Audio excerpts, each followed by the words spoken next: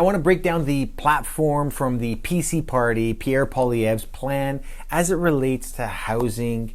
Now, his plan is really focused around building 1 million homes in the next 3 years, so 330,000 homes per year as a way to increase the supply, which should push down prices, making housing more affordable in Canada.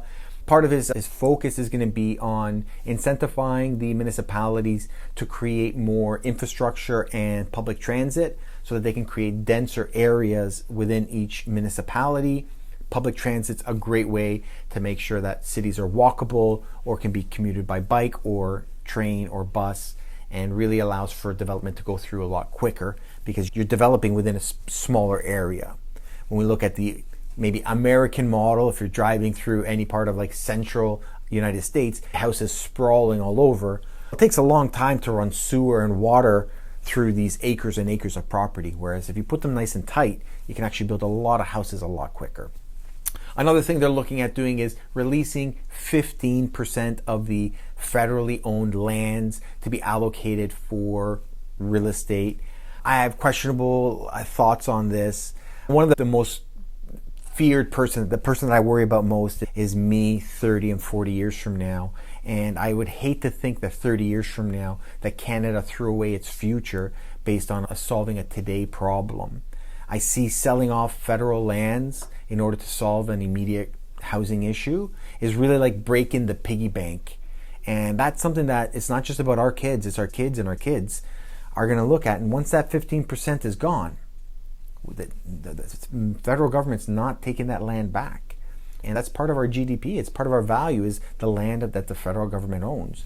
And we don't know what problem that land could solve 30, 40, 60, 600 years from now. That land may be super valuable to solve my great-great-great-grandkids' problems.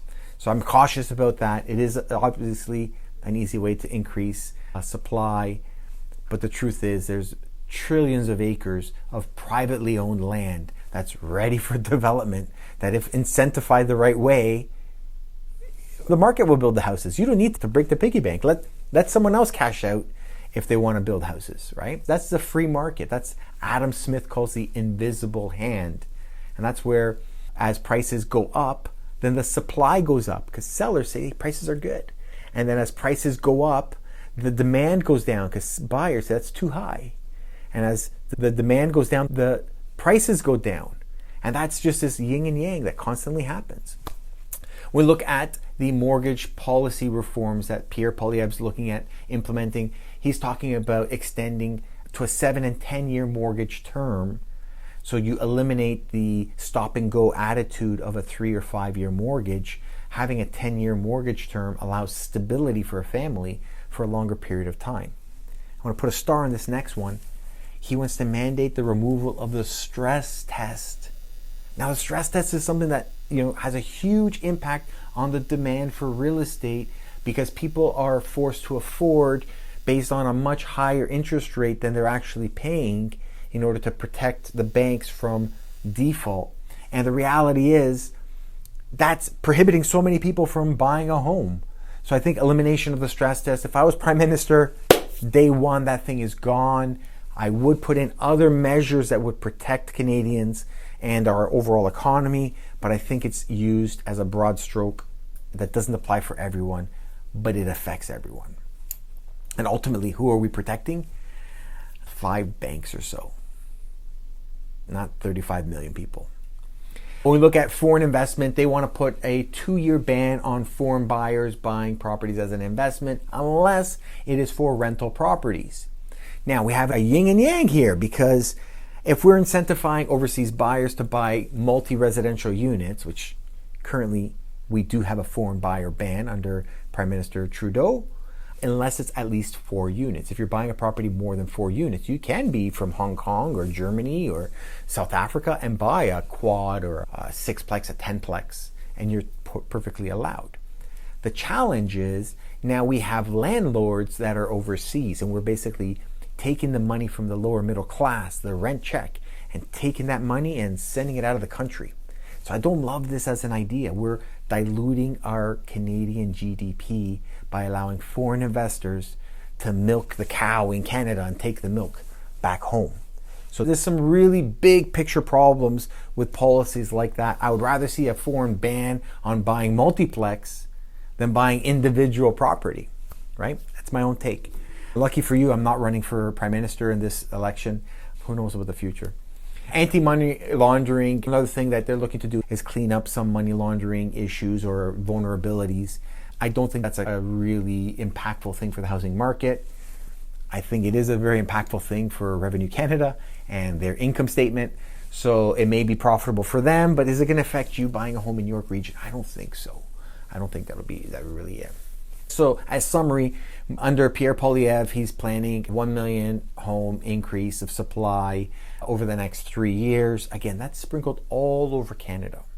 And the critical thing that we need to think about as we step back living here in Markham, in York Region, in the GTA is that these policies are federal, and these promises are going to be a government's way of planning future development in different areas of Canada. So they're going to create immense investment in Calgary or in Cole Harbour or in Halifax. And these places are going to be incentivized to build homes, and population is going to grow there. Not a lot of change is going to take place in the GTA or in Vancouver. So it's their way of controlling. It's like planting seeds in different pockets of a farm, right? But it may not be where we're standing. We have a huge country, and they're going to control growth in that regard. So unless you're planning to move outside the GTA, these housing policies, for the most part, are not really going to affect you much. But let's see. If you have any questions, send them down below.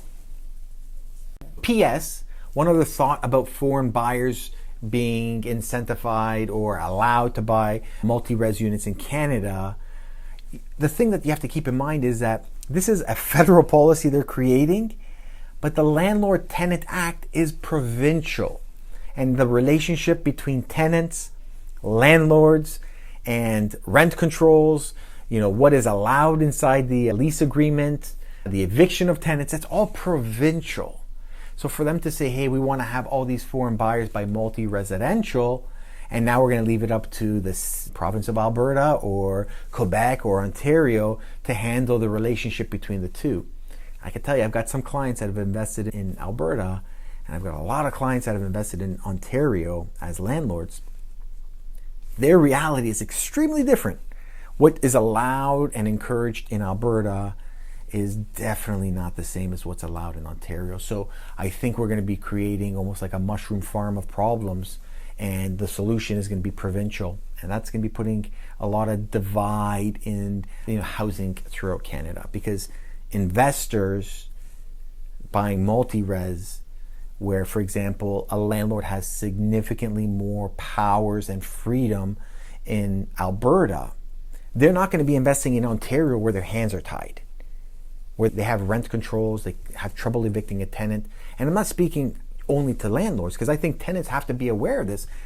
If there's no landlords buying properties, there's nowhere for you to rent, and rents will go up. So I think that would happen, if that was to come to fruition, we would see way more multi-res in Alberta. We would see rental rates in Alberta go down. We would see rental rates in Ontario, rental properties not be as prevalent, and rents would be going up for tenants in Ontario. It's a bad problem to really step into. It's basically we're kicking the can down the road, and we have to be ready for solutions there as well.